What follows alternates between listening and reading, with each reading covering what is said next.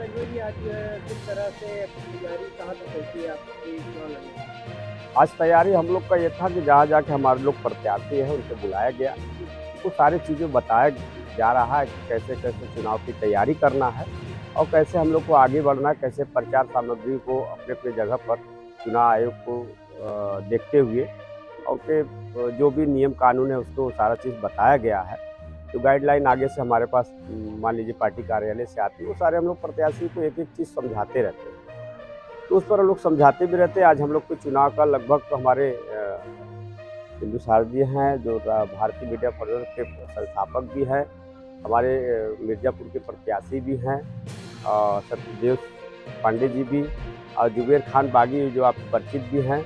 ऐसे सारे लोग हम लोग एक बैठ के अपना चर्चाएँ होती है कि कैसे हम लोग आगे चुनाव प्रक्रिया को बढ़ाया जाए और क्या प्रचार की व्यवस्थाएँ होंगी, क्या-क्या प्रत्याशियों को डॉक्यूमेंट की व्यवस्था करना, ये सारी चीज़ हम लोग उनको गाइडलाइन करते हैं। आप मोदी जी के संसदीय केंद्र से मोदी जी के सामने और तैयारी कर रहे हैं और मोदी जी कह रहे हैं कि ये मेरा परिवार है, वो परिवार शब्द लेकर आए हैं, किस तरह से आप देखते हैं?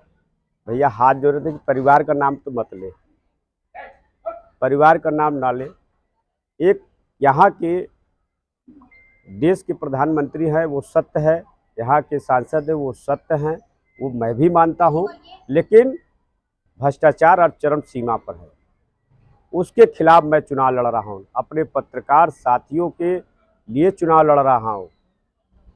जो टेम्पो चालक हैं, ऐसे कई मुद्दाएं हैं जो आज तक टेंडर में है, धरातल पर है, मैं उसके लिए चुनाव लड़ रहा हूँ।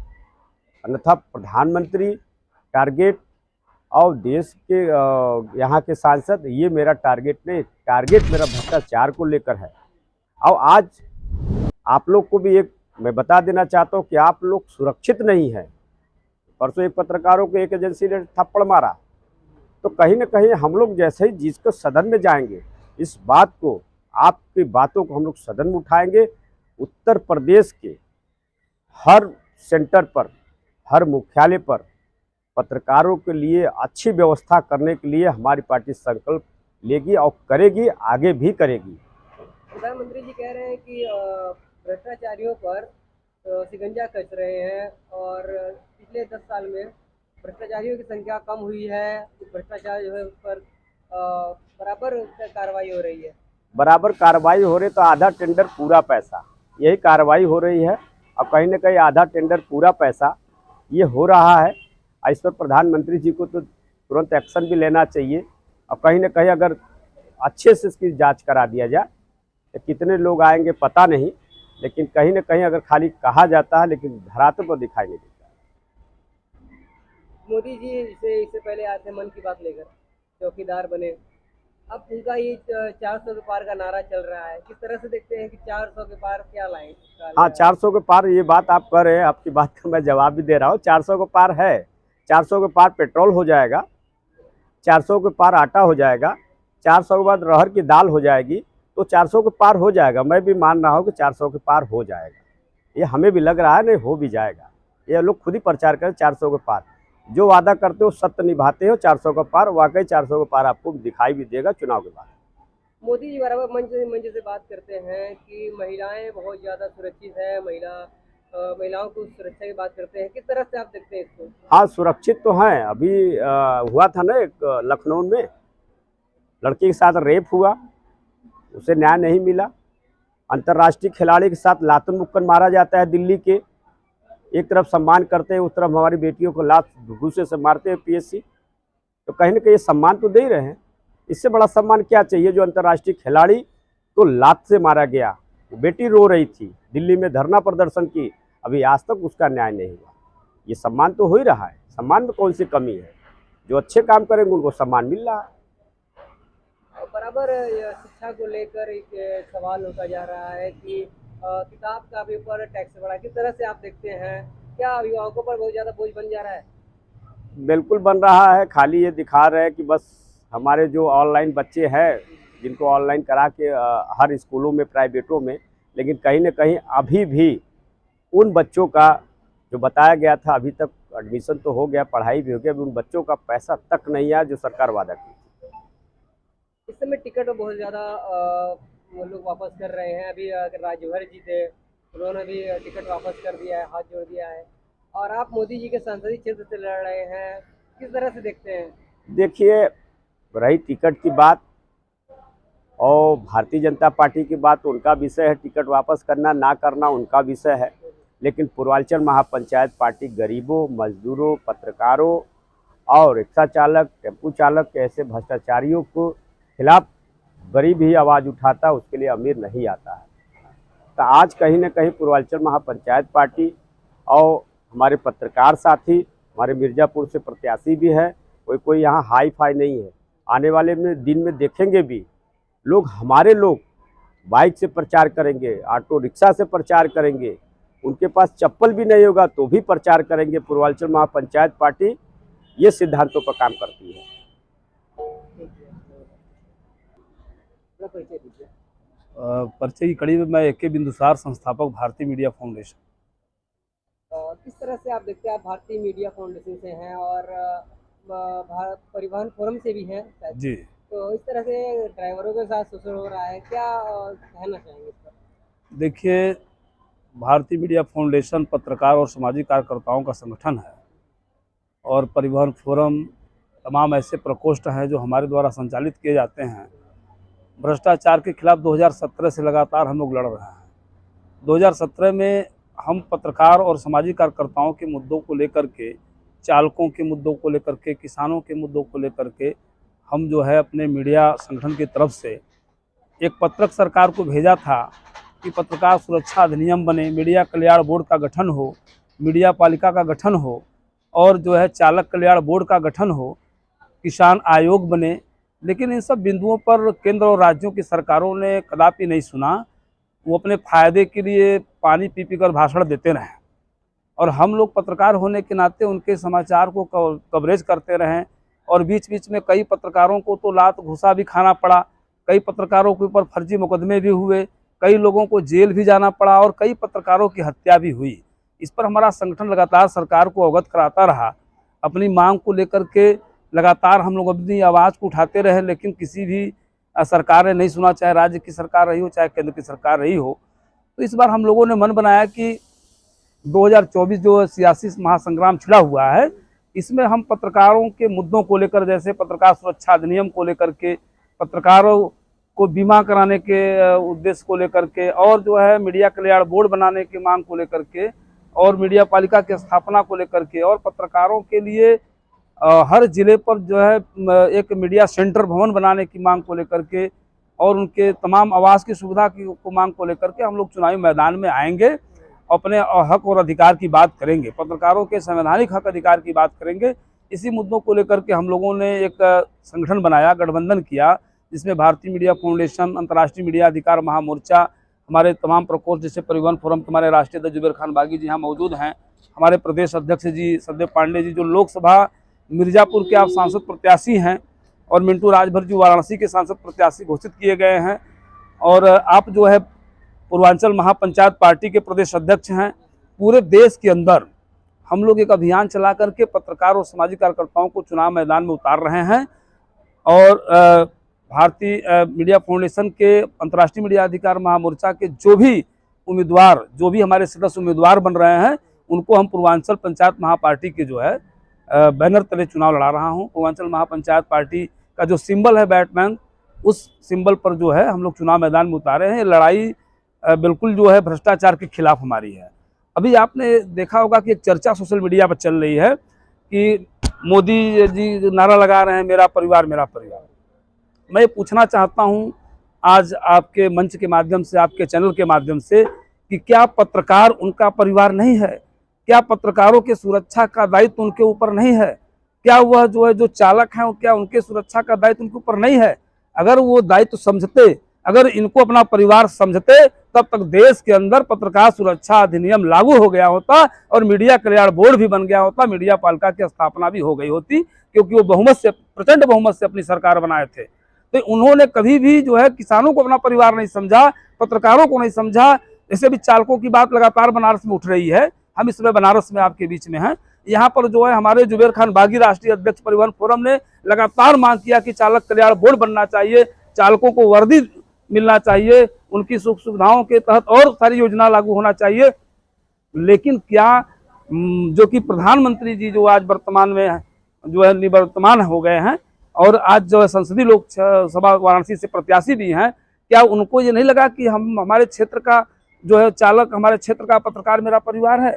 अगर वो अपना परिवार समझते तो अब तक बनारस जैसे जिले में चालक कल्याण बोर्ड बन गया होता, पत्रकार जो है कल्याण बोर्ड बन गया होता, पत्रकार समन्वय समिति बन गई होती, किसानों के लिए यहाँ बहुत सारी योजनाओं को लागू कर दिए गए होते। लेकिन उन्होंने कभी परिवार समझा नहीं, सिर्फ वोट के लिए जो है इस तरह का जुमलाबाजी जो है देश के अंदर जो है हो रही है, इसके खिलाफ हम लोग खड़े हैं। हमारा जो है व्यवस्था के खिलाफ हमारी लड़ाई है, जो गलत व्यवस्था है, जो भ्रष्ट व्यवस्था है, उसके खिलाफ हम लड़ रहे हैं। चुनावी मैदान में हम लोग आए हुए हैं। मेरा नाम सत्यदेव पांडे है, मैं एक पत्रकार हूं। अभी हमारे संस्थापक महोदय जी ने पत्रकारों, बुनकरों और टेम्पू चालकों के हक अधिकार के बारे में अभी बताया है। इसी सब मुद्दों को लेकर हम पत्रकार संघ के लोग आज इस चुनावी मैदान में उतरे हुए हैं। मैं मिर्ज़ापुर संसदीय क्षेत्र से पत्रकारों के हक अधिकार की लड़ाई के लिए, संसदीय चुनाव लड़ने के लिए उतरा हूं मिर्ज़ापुर से। और बाकी समस्याएं जो हैं सब हमारे संस्थापक महोदय ने आपको बताया ही है। और आप एक पत्रकार हैं, खुद समझ सकते हैं कि इस वर्तमान सरकार में अब तक हमें कितनी सुविधाएं मिली हैं और कितना शोषण हुआ है हम लोगों का। इसके बारे में आप खुद समझदार हैं, ये बताने की कोई बात तो है नहीं। और किस किस मुद्दों को देख रहे हैं आप? बराबर मुद्दे तो बहुत से हैं। अभी तक जो है किसानों के साथ भी कोई अच्छा बर्ताव नहीं हुआ। उन लोगों को भी जब अपने हक अधिकार की लड़ाई लड़ने के लिए खड़े हुए तो उनको मारकर खदेड़ दिया गया। बुनकरों को अभी तक कोई अधिकार नहीं मिला, टेम्पू चालकों को कोई अधिकार नहीं मिला। आप इस संसदीय क्षेत्र में जिस खड़े हैं वाराणसी में, ये हमारे गौरवान्वित देश के प्रधानमंत्री का जो है संसदीय क्षेत्र है।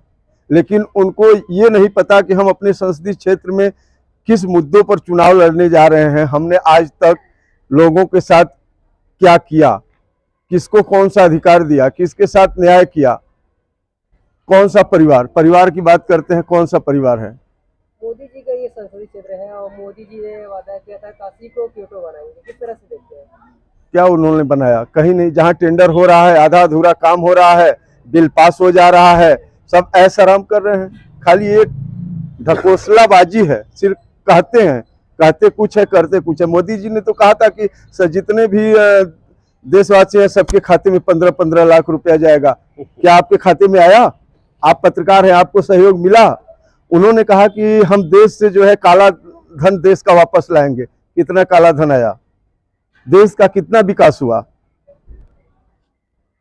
सिर्फ अडानी, अंबानी, इन्हीं लोगों का विकास हो रहा है। छोटे स्तर के लोगों का कोई पूछ नहीं है और छोटे स्तर के लोग मारे जा रहे हैं। अभी तक किसी के साथ किसी भी प्रकार का सही न्याय नहीं हुआ है।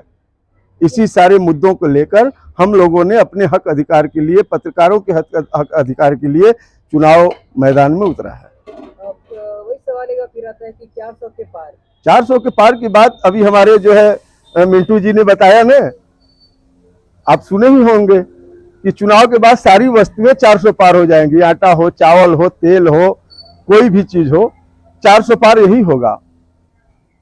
उन्होंने बता दिया कि जो हमारी चुनावी रणनीति है, चुनाव में जो खर्च आएगा उसको हम वसूल लेंगे आपसे, जनता से। ये कहने की बात नहीं है।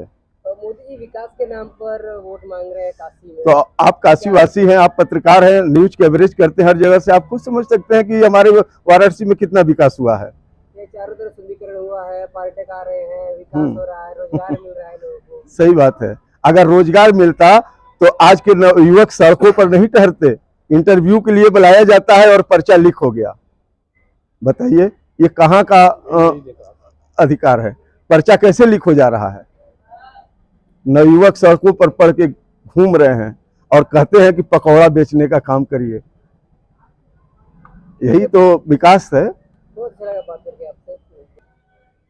दिव्या बागी साहब, आप राष्ट्रीय अध्यक्ष हैं परिवहन फोरम के। किस तरह से मंटू जी जो चुनाव लड़ रहे हैं, क्या क्या एजेंडा आप रख रहे हैं और ड्राइवरों के हित में क्या क्या चीजें एजेंडा बना है चुनावी? देखिए, ड्राइवरों का एजेंडा तो हमारा आज कई सालों से चल रहा है। चालक कल्याण बोर्ड हो, दुर्घटना बीमा हो, उनके बच्चों की मुफ्त शिक्षा हो, साल में 2 वर्दी हो, स्टैंडों की अच्छी व्यवस्था हो, सारी चीज़ें हैं, उत्पीड़न कम हो, भ्रष्टाचार खत्म हो, तो मुद्दे हैं, मुद्दों की कमी नहीं है। सवाल ये है कि ये पूरे कैसे होंगे। हर जगह हर अधिकारी, बड़े से बड़े अधिकारी का मुख्यमंत्री पोर्टल, प्रधानमंत्री पोर्टल, ऐसी कोई ऐसी जगह ना हो जहाँ इस तरह की चीज़ें उन तक पहुँचाई गई। लेकिन होता क्या है, और 2 चीज़ें मुझे समझ में आई।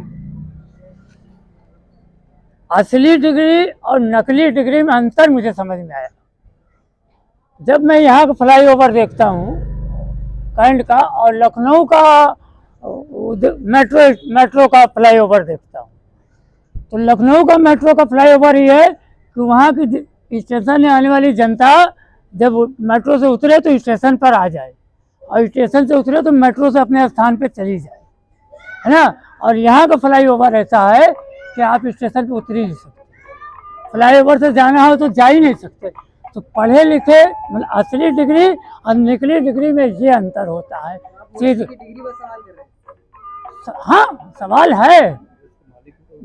और अभी एक उन्होंने नारा दिया है, मेरा परिवार।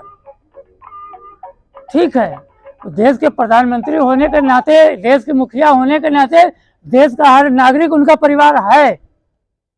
लेकिन परिवार की मुखिया का कर्तव्य है कि अपने परिवार के हर सदस्यों को एक तरह से देखें। क्या यह है, किसान अगर अलग आंदोलन कर रहा है, नौजवान अलग आंदोलन कर रहा है, मुसलमान अलग आंदोलन कर रहा है, दलित अलग आंदोलन कर रहा है, पत्रकार अलग आंदोलन कर रहा है, चालक अलग आंदोलन कर रहा है, तो ये मुखिया कैसा मुखिया है?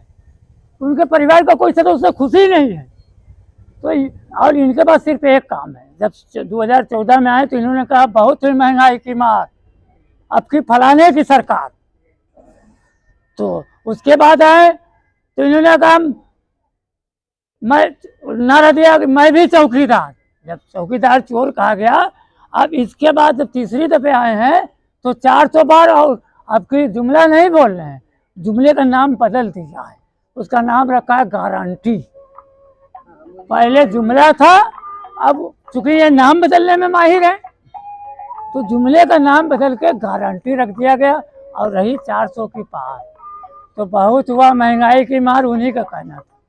तो अब बहुत कम हुई महंगाई, इसलिए अब की 40 के आसपास।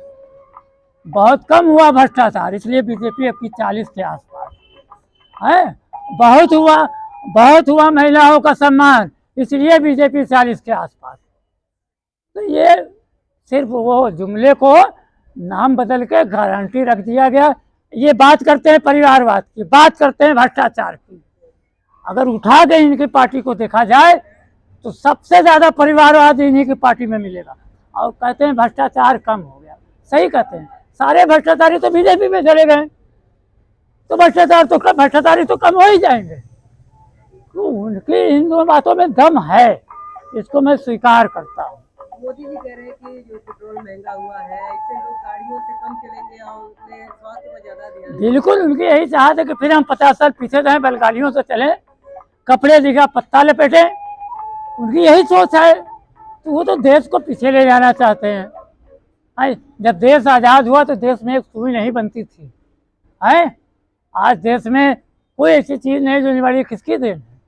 जो पिछले साल कोसते रहते हैं 70 साल। अरे 70 सालों में जो किया वही बेच रहे हो आप। आपने किया क्या 10 सालों में? ही बताने को तैयार नहीं हो। परिवारवाद, भ्रष्टाचार, अरे 10 साल में किया क्या ये बताओ, 5 साल में करोगे क्या, इस पर बात करो ना, है। ये फालतू की बकवास परिवारवाद। अरे जिसके पास भाई परिवार को, तो हर कोई के पास परिवार है। अगर हमारा लड़का बड़ा होगा तो क्या करेगा? कुछ तो कुछ करेगा ना। अब वो ऑटो चला लगे तो मैं तेरे चला तो आप कहोगे ये परिवारवाद हो गया। तो भाई जिसको जो काम मिलेगा वो काम करेगा। जो क्वालिटी चुनाव, नेता का चुनाव तो जनता ना करती है, जनता तय ना करेगी। लेकिन मोदी जी खुद तय कर रहे हैं 400 के पार। बताया ना कि ये जो सरकार चल रही है, जो राहुल जी कहते हैं, दो हम दो हमारे, तो उनका जो नारा है एकदम फिट नारा है। दो बेचने वाले और दो खरीदने वाले, यही चल रहा है देश में। आने दीजिए, चुनाव आ गया, देखा जाएगा 400 पार होता है कि 40 के आसपास होता है। मोदी जी कह रहे हैं कि सभी फिल्म फ्लॉप हो जाएगी, हैं? जो नौजवानों की फिल्म फ्लॉप हो जाएगी। अखिलेश और राहुल को टारगेट किए हैं, उनकी फिल्म फ्लॉप हो जाएगी। और मोदी जी के संसदीय से मंडू जी चुनाव लड़ रहे हैं, क्या रखते हैं? नहीं, मोदी जी सबकी मोदी जी जो कहते हैं सच उसका उल्टा होता है, ये आप तो जानते ही हैं। उन्होंने कहा अब महंगाई कम करेंगे, महंगाई कितनी कम हो गई, पेट्रोल के दाम कम होंगे, कम हो गए, भ्रष्टाचार खत्म हो जाएगा, खत्म हो गया, काला धन आएगा, बढ़ गया, तो गैस कम होगा, बढ़ गया, तो जो कह रहे फ्लॉप होगा उसका उल्टा मान लीजिए आप। उनके हर बात उल्टी होती है, इसमें कहने की बात नहीं है, ये सरासर दिख रहा है। तो वो जो कह रहे हैं सही कह रहे हैं, इसमें कोई दो राय नहीं। उनके हिसाब से फ्लॉप होगी, लेकिन जब उल्टा होगा ये आने वाला समय तय कर लेगा। ठीक है, बहुत अच्छा।